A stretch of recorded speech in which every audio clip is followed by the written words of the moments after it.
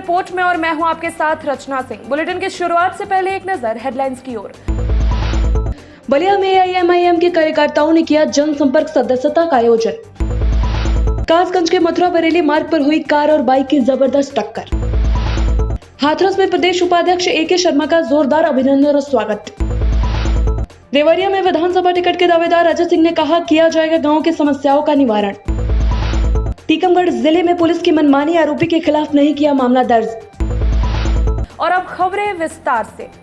खबर उत्तर प्रदेश के बलिया से है, जहां एआईएमआईएम के बांसडीह विधानसभा क्षेत्र के अंतर्गत ग्राम सभा रामपुर में जनसंपर्क सदस्यता अभियान का आयोजन किया गया, जिसमें सैकड़ों की तादाद में लोगों ने पार्टी की सदस्यता ग्रहण की। साथ ही एक बैठक भी आयोजित की गई। कार्यक्रम को संबोधित करते हुए बतौर मुख्य अतिथि उत्तर प्रदेश कार्य समिति के सदस्य व बलिया मऊ गाजीपुर के प्रभारी मोहम्मद शमीम खान ने कहा कि आज तक हम दूसरे सेकुलर दलों को वोट देते हैं, लेकिन कभी भी उन लोगों ने हमारा अधिकार और हिस्सा नहीं दिया। इन सेकुलर दलों ने हमें अपना सियासी मजदूर और गुलाम समझ रखा है। हमारा हक देने की बात छोड़ो, ये हमारे सामाजिक मुद्दों पर भी बात नहीं करते। देश में अभी तक गरीब, दलित, पिछड़ों, अल्पसंख्यकों की कोई पार्टी नहीं थी। आज ऑल इंडिया मजलिसे इत्तेहादुल मुस्लिमीन देश के हर शोषित और वंचित लड़ाई लड़ रहे हैं। हमारे लिए नाज की बात है कि हमारे नेता बैरिस्टर असदुद्दीन अवैसी साहब जैसा ईमानदार और प्रभावशाली व्यक्ति है। कासगंज के मथुरा बरेली राजमार्ग पर एक कार और बाइक सवार की जबरदस्त भिड़ंत हो गई, जिसमें बाइक सवार युवक गंभीर रूप से घायल हो गया। कार में सवार 60 वर्षीय वृद्ध को भी गंभीर चोट आई है, जिसके बाद गुस्साए ग्रामीणों ने पेड़ काटकर मथुरा बरेली राजमार्ग को जाम कर दिया है। मौके पर पहुंची पुलिस ग्रामीणों को समझा बुझाकर जाम खुलवाने में लगी है। देखिए कासगंज से हमारे संवाददाता फहीम अख्तर की ये रिपोर्ट। डॉक्टर साहब, जो सोरो में बहादुरनगर में एक्सीडेंट हुआ, इसमें कितने लोग घायल हैं? इसमें 2 लोग घायल हैं। दोनों लोग कहाँ के रहने वाले थे? एक का नाम है अखिलेश माहेश्वरी, वो कासगंज के हैं, और एक सुमित हैं, वो शाहपुर माफी के। दोनों की हालत कैसी है? दोनों की हालत छोटे ज़्यादा हैं। दोनों को रेफ़र ही किया है। जो भी प्राइमरी ट्रीटमेंट था वो यहाँ पे दे दिया है, उसके बाद उनको रेफ़र कर दिया है। हाथरस अलीगढ़ रोड स्थित केला फार्म हाउस में उत्तर प्रदेश के विधानसभा परिषद के सदस्य व उत्तर प्रदेश के प्रदेश उपाध्यक्ष एके शर्मा का आज हाथरस आगमन पर स्वागत एवं अभिनंदन किया गया। कार्यक्रम में भाजपा के पदाधिकारी एवं कार्यकर्ताओं ने एके शर्मा का माला पहनाकर स्वागत किया, प्रतीक चिन्ह भेंट भी किया। इस अवसर पर सदर विधायक हरिशंकर माहौल, मुकुल उपाध्याय, भाजपा शहर अध्यक्ष शरद महेश्वरी व भाजपा के अन्य पदाधिकारी व कार्यकर्ता मौजूद थे। देखिए हाथरस से हमारे संवाददाता शानू आलम की रिपोर्ट। देवरिया में 336 रुद्रपुर विधानसभा अपने कैंप कार्यालय पर निषाद पार्टी के राष्ट्रीय प्रवक्ता और रुद्रपुर विधानसभा के टिकट प्रबल दावेदार अजय सिंह पत्रकार से रूबरू हुए। पत्रकारों से सवाल का खुलकर जवाब दिया। पत्रकारों को सवाल का जवाब देते हुए अजय सिंह ने बड़ी बेबाकी से कहा कि रुद्रपुर विधानसभा की अनेकों समस्याएं हैं, जिसमें 3 प्रमुख समस्या है, जिसे पूरा करने में यहाँ के जनप्रतिनिधियों ने पूरी तरह से रुचि नहीं ली। बाढ़ की समस्या, रोजगार की समस्या और कल कारखाने की। रुद्रपुर में हर साल बाढ़ आती है, लेकिन बाढ़ से आम जनमानस का कम से कम नुकसान ना हो, इसके लिए जनप्रतिनिधियों ने पहल नहीं की। इस समस्या से छुटकारा पाने के लिए मेरे पास एक ठोस योजना है, जिसके तहत बाढ़ से होने वाले नुकसान को बहुत हद तक कम किया जा सकता है। अगर जनता जनार्दन हमें आशीर्वाद देती है तो इस समस्या का मेरे द्वारा निदान किया जाएगा। युवाओं एवं महिलाओं को अपने क्षेत्र में ही अपने पैरों पर खड़ा होने की मेरे पास योजना है। कुछ अग्रिम समूह है हमारे संपर्क में है, जो मेरे एजेंसी के तहत युवाओं और महिलाओं को रोजगार देंगे, जिसके बाद उनको अन्य प्रदेशों में रोजगार के लिए नहीं जाना पड़ेगा। देखिए देवरिया से हमारे संवाददाता फिरोज खान की ये रिपोर्ट। आप निषाद पार्टी के राष्ट्रीय प्रवक्ता भी हैं और रुद्रपुर विधानसभा से टिकट के प्रमुख दावेदार हैं जी।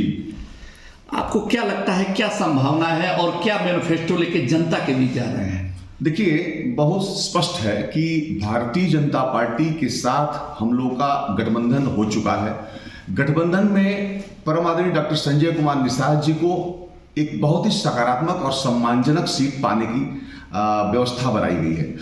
सिर्फ शेष है कि कौन कौन सी सीटें हम लोग के हक में आनी है। सिर्फ यही बात शेष है, जो कि मुझे लगता है कि इस सप्ताह यह बात भी स्पष्ट हो जाएगी। और रुद्रपुर सीट को माननीय डॉक्टर संजय निषाद जी ने बहुत प्रमुखता से अपने डिमांड में रखी है, और प्रमुखता से रखने का बहुत स्पष्ट रीजन है कि जो यहाँ पर उनकी बहुलता है, उनके समाज की बहुलता है, और मैं जिस समाज से आता हूँ उस समाज की बहुलता है। ये इक्वेशन भी हम लोग के पक्ष में है, और क्षेत्र की जनता की दरकार भी है कि इसमें परिवर्तन की एक आंधी सी चल रही है, जिसको देखते हुए डॉक्टर संजय कुमार निषाद जी ने भारतीय जनता पार्टी के प्रमुख नेतृत्व के समक्ष ये बात रखी है। उन लोगों ने इसको लगभग स्वीकार भी किया है, उनका आंकड़ा हम लोग के सामने आ चुका है, उनके सर्वेक्षण हम लोग के सामने आ चुका है।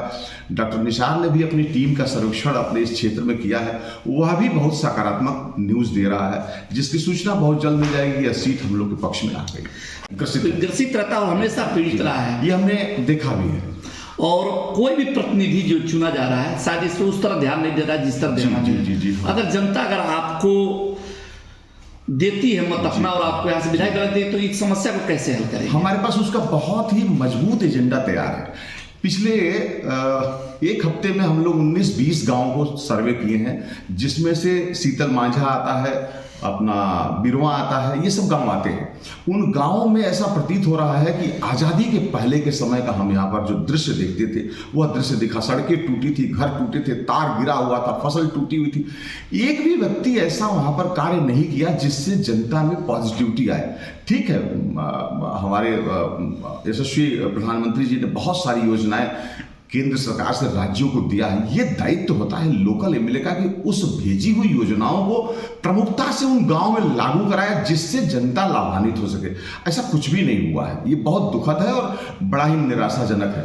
हम लोग जब सर्वे किए तो हमारे दिमाग में अभी जो आपने सवाल किया, सिर्फ वही सवाल चल रहा था कि इस समस्या की निजात पाने के लिए कौन सा एक्शन प्लान लागू किया जाए, जिससे ये त्वरित लागू हो जाए और सबको उसका लाभ मिलना स्टार्ट हो जाए। परंतु क्या है कि ये जो समस्याएं हैं बाढ़ से ग्रसित वाली, इसमें बहुत सारी चीजें होनी है जो एक लंबी फेहरिस्त है, उसको बनाने की हम लोग उसके ऊपर एक्शन ले चुके हैं। और लेने के विषय में हमने जो पहला एक्शन लिया है, उन गाँवों की लिस्टिंग की है जो बाढ़ग्रस्त रहते हैं। उसके बाद से सरकार को सूचित किया है उस विभाग को कि आप इस विभाग के तहत जो कुछ भी लाभ उपलब्ध कराने की स्थिति में है उसको मुझे भी अवगत कराएं, ताकि मैं क्षेत्र की जनता को बता सकूं कि आने वाले समय में इस एक्शन प्लान के तहत हम क्या क्या चीजें करके दे पाएंगे। टीकमगढ़ जिले में 4 नवंबर की देर शाम किराना की दुकान से घर वापस लौट रहे युवक लक्ष्मण प्रशंकर पर गांव के राय समाज के कुछ लोगों ने डंडों से हमला कर दिया था। इसके बाद घायल युवक को परिजनों की मदद से टीकमगढ़ जिला अस्पताल लाया गया। गंभीर हालत को देखते हुए घायल को झांसी मेडिकल के लिए रेफर कर दिया गया था। वहीं घायल पीड़ित पक्ष ने बड़ा गाँव पुलिस से कुछ लोगों के ऊपर मामला दर्ज करने को कहा, जिस पर बड़ा गाँव पुलिस ने उन लोगों के ऊपर मामला दर्ज नहीं किया। वहीं 3 दिन बाद उपचार के दौरान घायल की भी मौत हो गई। परिजन इसको लेकर आज मंगलवार को अस्पताल चौराहे पर शव रखकर बड़ा गाँव पुलिस के खिलाफ आरोपियों को बचाने को लेकर विरोध जताया है। देखिए टीकमगढ़ से हमारे संवाददाता जमील खान की ये रिपोर्ट। क्या मामला है आज? ये दिनांक 4/10/2021 को फरियादी रामू वाल्मीकि द्वारा थाने पर आकर रिपोर्ट लिख कराई गई थी कि गांव के ही कुछ राय समाज के लोगों द्वारा गांव के वाल्मीकि और बंसकार समाज के लोगों के साथ मारपीट की गई है, जिस पर से थाना पर अपराध पंजीबद्ध कर विवेचना में लिया गया था। उसी प्रकरण के एक पीड़ित जो थे इलाज के लिए झांसी में इलाजत थे, उनका आज देहांत हो गया है।